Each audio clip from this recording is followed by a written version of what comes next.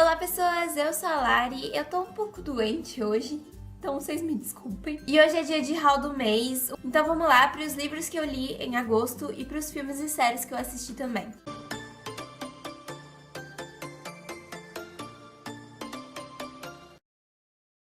Só lembrando que todos os livros que eu falar sobre aqui, se eu tiver resenha deles aqui no canal, elas vão estar aqui nos cards, tá? O primeiro livro que eu li em agosto foi A Promessa da Rosa, da Babi Assed. Esse livro é um romance de época e é um dos melhores livros nacionais que eu já li até hoje. Também foi o primeiro livro do gênero que eu li. E eu acabei por gostar bastante da escrita da Babi, da história, dos personagens, enfim. Esse livro tem muitos elementos bons, uma personagem muito forte e muito atrevida pro século em que ela vive. Tem romance, tem reviravoltas, tem um par romântico muito intenso, muito incrível. O segundo livro que eu li esse mês de agosto foi um calhamaço que eu estava morrendo de medo de ler. Foi Rainha das Sombras, da série Trono de Vidro. Para quem não sabe, Trono de Vidro é uma série de fantasia. São livros repletos de fantasia, um pouco de romance também. E uma personagem principal de tirar o fôlego, tá? Rainha das Sombras é o quarto livro da série. E eu ouvi falar, muito assim, que esse livro decepcionou muita gente e eu estava assim,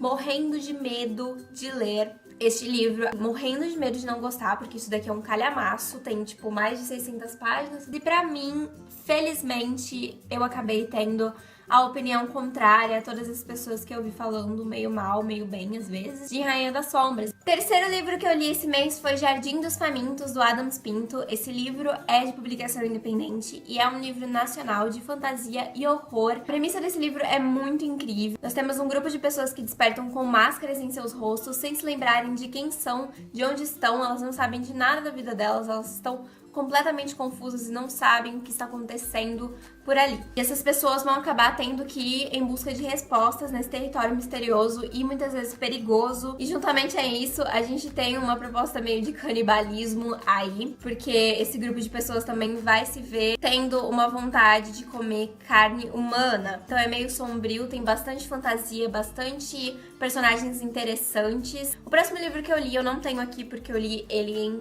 PDF, eu li ele no computador, e foi A Rebelde do Deserto, da Alwyn Hamilton. Esse livro eu ainda não tenho resenha aqui no canal, mas logo logo vai sair uma resenha dele. E eu vou falar pra vocês um pouco das minhas impressões gerais sobre o livro, pra depois dar uma explorada mais no que eu achei sobre ele quando eu fizer a resenha, tá? A Rebelde do Deserto é um livro de fantasia com uma premissa um pouco diferente dos livros de fantasia que a gente tem por aí hoje em dia. Uma premissa mais diversa, com mais diversidade, eu poderia dizer assim, mais diferente porque ela se baseia bastante na cultura do Oriente Médio. Então a gente tem o deserto, a gente tem uma garota chamada Amani, que é a personagem principal. Ela vive no deserto de Mirage, que é um deserto governado por mortais, mas que tem várias criaturas místicas e muitas vezes perigosas rondando por ali. E bom, a gente tem a Amani e ela vive em uma vila muito pequena e que tem muito dessa cultura aí de que a mulher não é nada, que ela é apenas uma propriedade do homem e não pode fazer praticamente nada ali também, que é realmente o que acontece lá nesses países hoje em dia. E ela se vê, assim, meio presa ali, ela quer muito sair dali, ela quer viver a vida dela de uma forma diferente, e ela vai fazer de tudo pra poder sair dali e conseguir ter uma vida melhor pra ela. O que acontece, gente? Eu achei que a execução do livro não foi tão boa assim. E eu tava com muita expectativa, expectativas muito altas pra esse livro, e eu acho que isso acabou estragando um pouco também a minha experiência.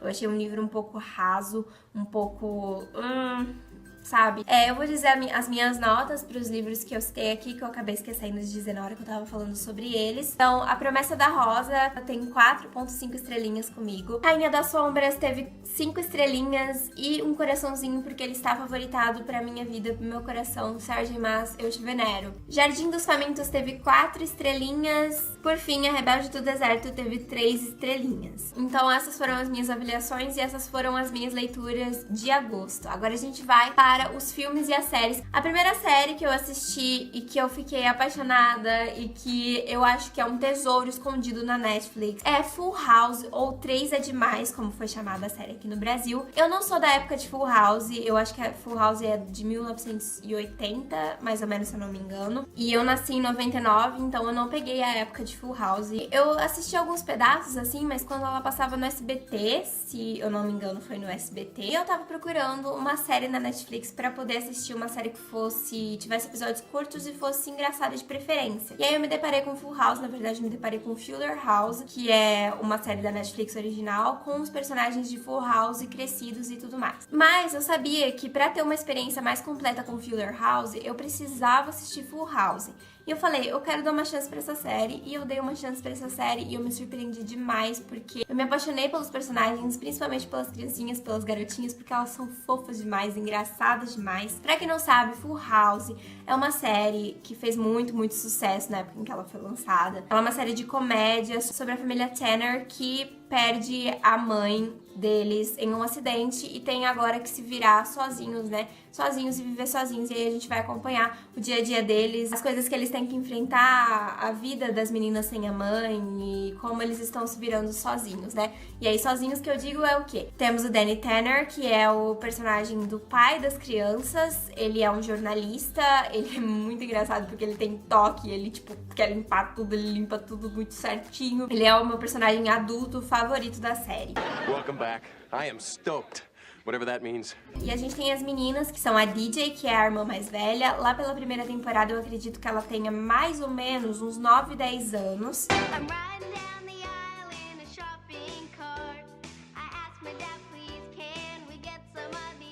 E ela é uma menina muito inteligente, muito esforçada, muito certinha. Nós temos a Stephanie, que é a irmã do meio. Ela é muito engraçadinha. How rude! How rude!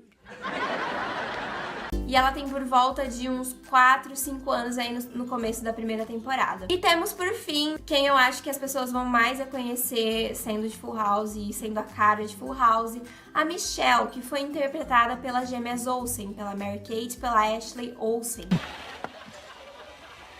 You got it, dude. Lá pela primeira temporada ela tem mais ou menos um aninho, ou nem isso. E ela vai crescendo, eles todos vão crescendo conforme a história vai progredindo. A trama vai se desenrolando e tal, porque são 8 temporadas de série, gente. E eu digo pra vocês, assim, com toda a certeza do mundo, que vale a pena. Full House virou, assim, depois de Friends, a minha série de comédia favorita. E a Michelle, ela é muito engraçadinha também, porque ela é um bebê e às vezes eu fico me perguntando como eles conseguiram fazer com que ela fizesse certas coisas na série pra ser engraçada, né?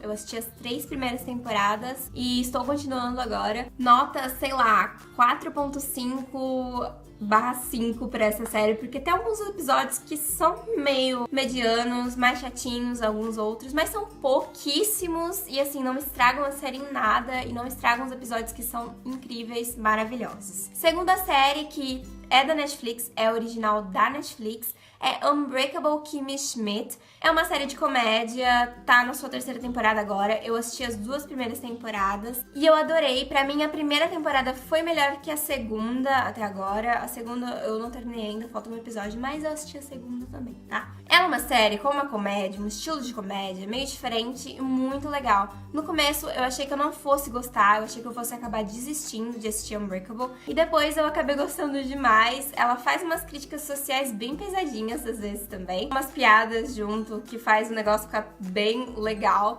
E tem um episódio que é um dos meus episódios favoritos, que é do Tyrus, que é o melhor amigo da Kimmy. Já vou explicar quem é a Kimmy, já tô toda enrolada aqui. E ele é o melhor amigo da Kimmy, ele é um cara negro e gay. E ele tá vestido de lobisomem porque ele é um artista e ele trabalha em certo lugar aí nesse episódio. E aí a gente vê como as pessoas tratam ele melhor vestido de lobisomem do que ele sendo um homem negro andando pelas ruas de Nova York. Unbreakable Kimmy Schmidt vai acompanhar a trajetória da Kimmy. A Kimmy foi capturada, foi sequestrada por um reverendo, um pastor, quando ela era adolescente, juntamente com algumas outras mulheres, algumas outras meninas, pra viver em um bunker. E esse pastor, esse reverendo, mentiu pra elas, dizendo que o apocalipse estava chegando e que elas precisavam se proteger. E ele levou a capturar essas meninas e elas viveram ali por muitos e muitos anos.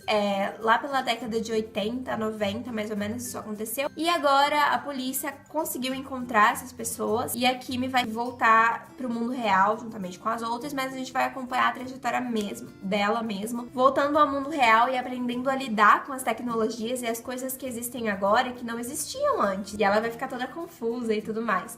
É uma série de comédia, assim, gente, que faz várias críticas sociais e é engraçada ao mesmo tempo. Uma série da Netflix que vale super a pena assistir. Indo pros filmes agora, eu assisti 3 filmes. O primeiro deles foi uma animação. Ela tá na Netflix, ela se chama Ballerina. E assim, gente, visualmente é uma animação linda demais. É uma animação sobre uma garota que vive na França, que ela tem o sonho de ser uma bailarina. Uma menininha com sonhos, como muitas das crianças que nós temos por aí. Nós vamos acompanhar a trajetória dela tentando alcançar esse sonho. É um filminho bem clichê, é uma animação bem clichê, muito linda também e vale a pena assistir, tá?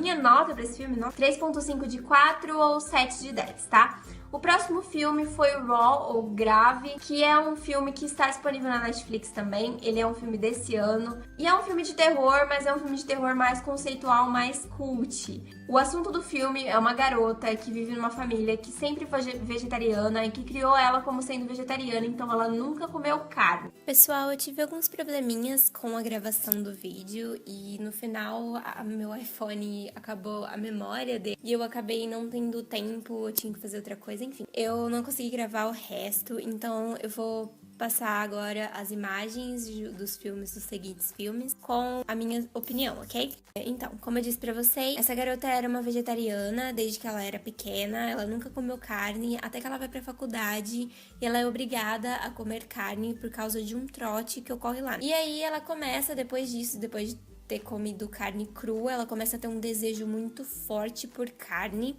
e também por carne humana, para consumir carne de outras pessoas, é uma coisa bem estranha assim. É um filme de terror muito conceitual, não tem jumpscare, não tem nada de susto, mas é uma coisa mais... é meio nojento, não é tão nojento quanto eu esperava que fosse, mas pra quem tem estômago fraco é bom ficar meio ligado aí, se você tem estômago tipo muito, muito fraco, cuidado. O próximo e último filme foi Fragmentado, também foi um filme lançado esse ano, ele não tá disponível na Netflix ainda, infelizmente. Ele é um filme sobre um rapaz que ele tem um distúrbio psicológico e ele tem vários alter egos que alternam entre ele e vivem nele, e às vezes ele é uma pessoa e às vezes ele é outra e ele acha que ele é todas essas pessoas. Esse rapaz vai acabar sequestrando 3 meninas e ninguém sabe o que ele quer fazer com elas, sabe? Elas estão lá e elas não sabem o que ela vai fazer com eles. E ao longo da trama elas vão descobrindo que ele é essa pessoa com esses transtornos psicológicos e ficando cada vez com mais medo dele, porque ele é uma pessoa muito estranha e ele tem vários alter egos. E essas meninas estão sumidas, ninguém consegue encontrar elas, ninguém sabe onde elas estão. Então é um filme que revolve muito em volta de um mistério, mas também é um terror. Não também com muitos jumpscares, não tem nada de jumpscare aqui quase. E é uma coisa mais conceitual, uma coisa mais psicológica mesmo. Pessoal, esse foi o vídeo de hoje. Obrigado por assistirem. Desculpem-me por esse final meio improvisado aqui que eu tive que fazer. E eu espero muito que vocês tenham gostado. Se vocês gostaram, não se esqueçam de se inscrever no canal, deixar o gostei, que é muito importante, me ajuda muito. Tchau, gente. Até o próximo vídeo.